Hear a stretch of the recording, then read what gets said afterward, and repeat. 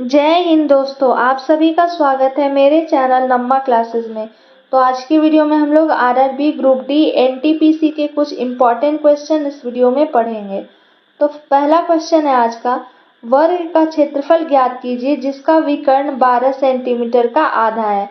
यानी कि आपका क्या दिया गया है, विकर्ण इक्वल टू दिया गया है 12 का क्या बोल रहा है, आधा है। तो 12 का आधा कितना हो जाएगा, 6 हो जाएगा। 6 सेंटीमीटर इसका क्या है, डायगोनल दिया गया है। हमसे क्वेश्चन में क्या पूछ रहा है, तो वर्ग का क्षेत्रफल। और हम लोग डायगोनल का फॉर्मूला जानते हैं, ठीक है। जब आपका वर्ग का डायगोनल पूछा जाए विकर्ण, तो उसका फॉर्मूला क्या हो जाता है, √2a हो जाता है। अब इसका वैल्यू √2a इक्वल टू कितना दिया गया है, 6 दिया गया है अकॉर्डिंग टू क्वेश्चन। a का मतलब क्या हो गया, साइड, ठीक है। अब इस जगह से हम लोग साइड को निकाल सकते हैं। a इक्वल टू क्या हो जाएगा, तो 6/√2 हो जाएगा a का वैल्यू, ठीक है। अब वर्ग का क्षेत्रफल, ठीक है, क्वेश्चन में वर्ग का क्षेत्रफल ही हमसे पूछ रहा है। तो वर्ग का क्षेत्रफल इक्वल टू क्या हो जाता है, साइड का होल स्क्वायर, यानी कि a का होल स्क्वायर। और a का वैल्यू हम लोग क्या फाइंड आउट किए हैं, 6/√2। तो 6/√2 का क्या हो जाएगा, स्क्वायर हो जाएगा। अब 6 का स्क्वायर होगा तो क्या लिखेंगे हम लोग, 6 × 6 लिख देंगे।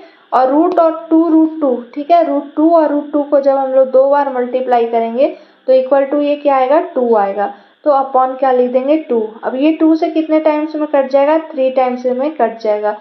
तो 3 × 6 कितना आ गया, 18 सेंटीमीटर स्क्वायर वर्ग का क्षेत्रफल हो जाएगा इसका राइट आंसर। अब देखिए 18 किस में दिया गया, 18 ऑप्शन ए में दिया गया, तो ऑप्शन ए करेक्ट हो जाएगा। चलिए अगला प्रश्न देखते हैं। क्वेश्चन में दिखा रहा है कि संजय जो है अपनी कुल आय में से 20% घर के किराए और शेष का 70% क्या करता है, घरेलू खर्च पर व्यय करता है। यदि वह 1800 रुपया बचाता है तो उसकी कुल आय कितनी है।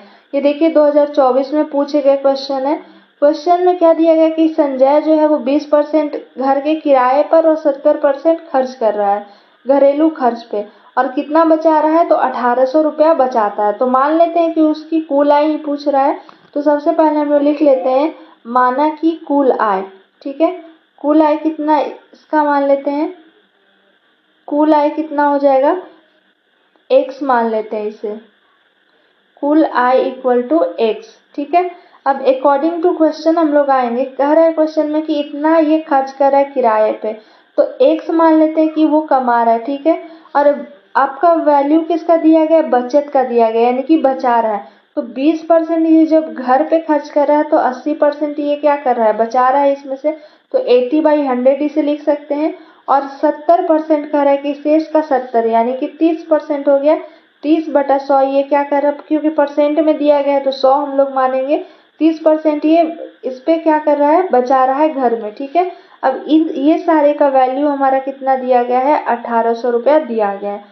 अब x का वैल्यू निकाल देंगे तो उसकी कुल आय, क्योंकि x माने हैं, तो 10 से 10 कैंसिल हो गया, 10 से 10 इधर कैंसिल हो गया।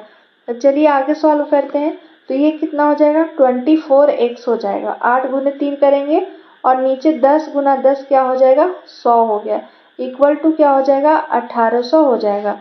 अब x का वैल्यू निकालना है तो x इक्वल टू हम लोग क्या लिख सकते हैं, 1800 गुने क्या हो जाएगा, 100/24 हो जाएगा।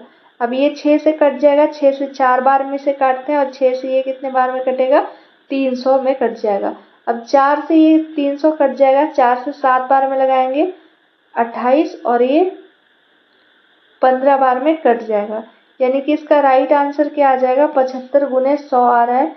7500 रुपया ये क्या करता है, उसकी कुल आय है। 7500 देखते हैं किस ऑप्शन में है, ऑप्शन बी में देखिए दिया गया है, तो बी इसका राइट आंसर हो जाएगा।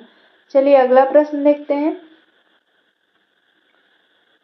यदि x² plus 1/x² y² equal to क्या है, 83 है, तो xy माइनस 1/xy का मान पूछ रहा है। देखिए मोस्ट इम्पॉर्टेंट क्वेश्चन है ये, कई बार एग्जाम में पूछे जा चुके हैं।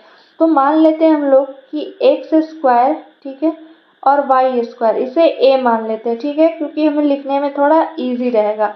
तो जब इसे a मान लिए तो हम लोग इसे लिख सकते हैं a प्लस, ठीक है, a प्लस क्या लिख देंगे, इसे हम लोग a स्क्वायर मान लेते हैं, ठीक है, 1/a स्क्वायर हो जाएगा, ठीक है, इक्वल टू ये कितना दिया गया है, 83 दिया गया है, क्योंकि एक्स वाई को एक a मानेंगे, अब यहाँ स्क्वायर है तो ये क्या हो जाएगा, a का पावर 2 हो जाएगा, तो a square plus 1/a square का वैल्यू कितना दिया गया है, 83।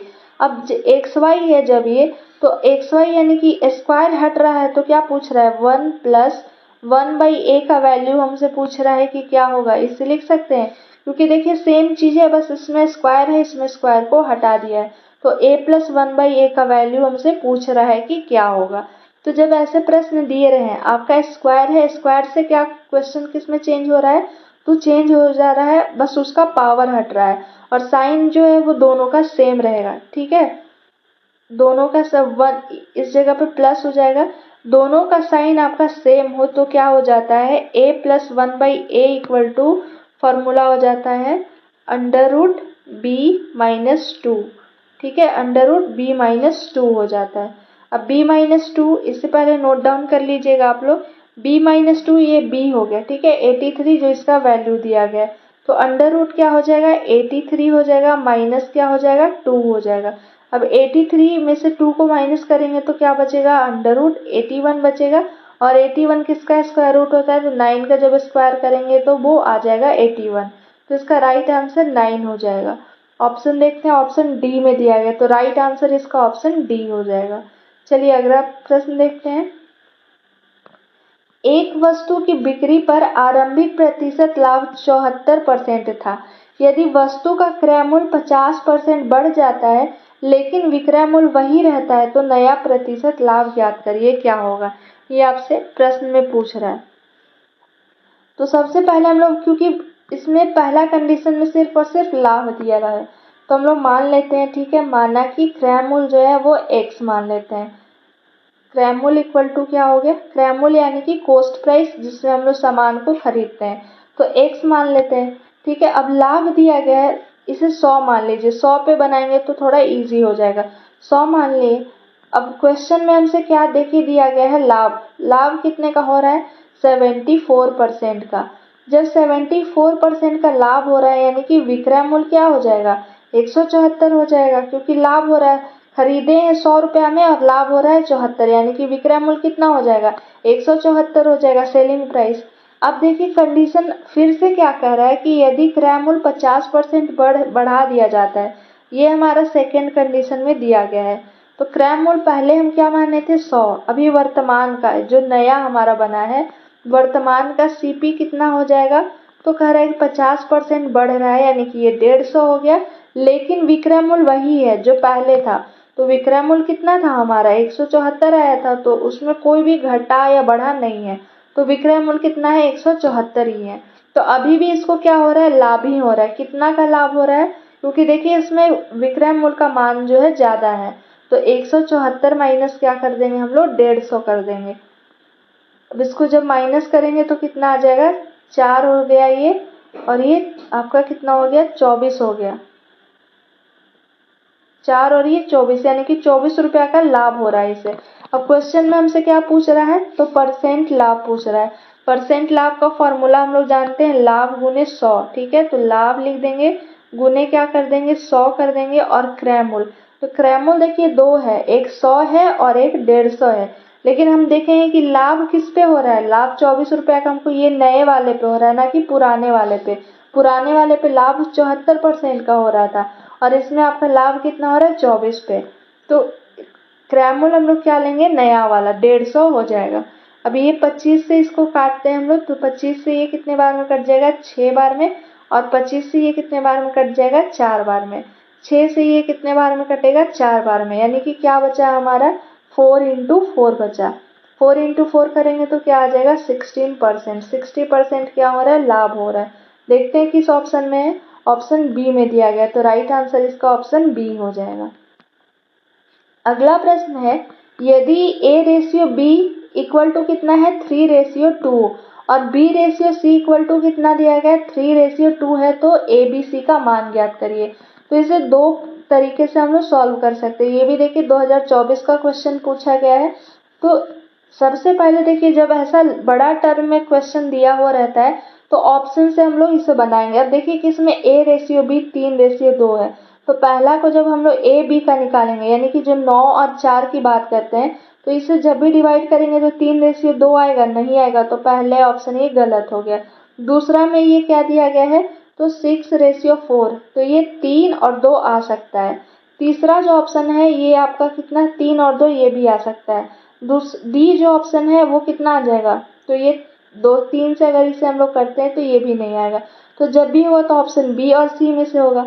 अब चलिए आगे वाले को भी देख लीजिए, B/C कितना दिया गया है, 3/2 है। तो 4 और 3 का जब रेशियो करेंगे हम लोग, ये क्या हो जाएगा, बी हो जाएगा, ये सी हो जाएगा, तो ये कभी भी 3/2 आएगा तो नहीं आएगा। तो बचा हमारा ऑप्शन सी, जो सारे रूल्स को फॉलो कर रहा है, तो इसका राइट आंसर ऑप्शन सी हो जाएगा। ऐसे भी देखिए, पहला दिया गया A/B, तो A/B कितना, 9/6 हो जाएगा, ये कितने बार में, 3/2 आ गया, तो ये भी आ गया। अब B/C यानी कि 6 क्या हो जाएगा, 4। अब ये कितने बार में कटेगा, तो 2 से काटते हैं, तो 2 से 3 बार में, और 2 से, यानी कि दोनों में A/B और B/C दोनों जो है आपका सेम आ रहा है, तो राइट आंसर इसका ऑप्शन सी हो गया। नहीं तो आप ऐसे भी इसे बना सकते हैं, 3/2 और फिर बी और सी दिया गया, यानी कि 3/2। अब एक बार इसको इससे मल्टीप्लाई करेंगे, एक बार इससे करेंगे, तो ये कितना, 3 गुने 9 हो जाएगा, ये 6 हो गया, 2 गुने 3 करेंगे 6, और ये 2 गुने 2 करेंगे तो 9 6 4। दोनों में से किसी भी मेथड से आप बना सकते हैं, आसानी से आपका आंसर आ जाएगा। देखिए इसमें भी आ रहा है 9/6/4। अगला प्रश्न देखते हैं। अगला प्रश्न दिया गया है 297 गुने 303 का मान ज्ञात करिए। देखिए ऐसे प्रश्न को दो तरीके से हम लोग सॉल्व कर सकते हैं, या तो पहले इसे मल्टीप्लाई करेंगे, नहीं तो देखिए इकाई के स्थान को भी हम लोग ऐसे चेक कर सकते हैं। तो इकाई के स्थान पे हमेशा 1 आएगा और सारे ऑप्शन में 1 ही दिया गया है, तो वो मेथड हम यहाँ यूज नहीं करेंगे। अब देखिए यहाँ 297 है, ठीक है, 297 है, तो क्या इसे हम लोग लिख सकते हैं 300 का स्क्वायर माइनस 3 का स्क्वायर, इसे लिख सकते हैं, क्योंकि जब 300 में से 3 को माइनस करेंगे तो 297 आ जाएगा।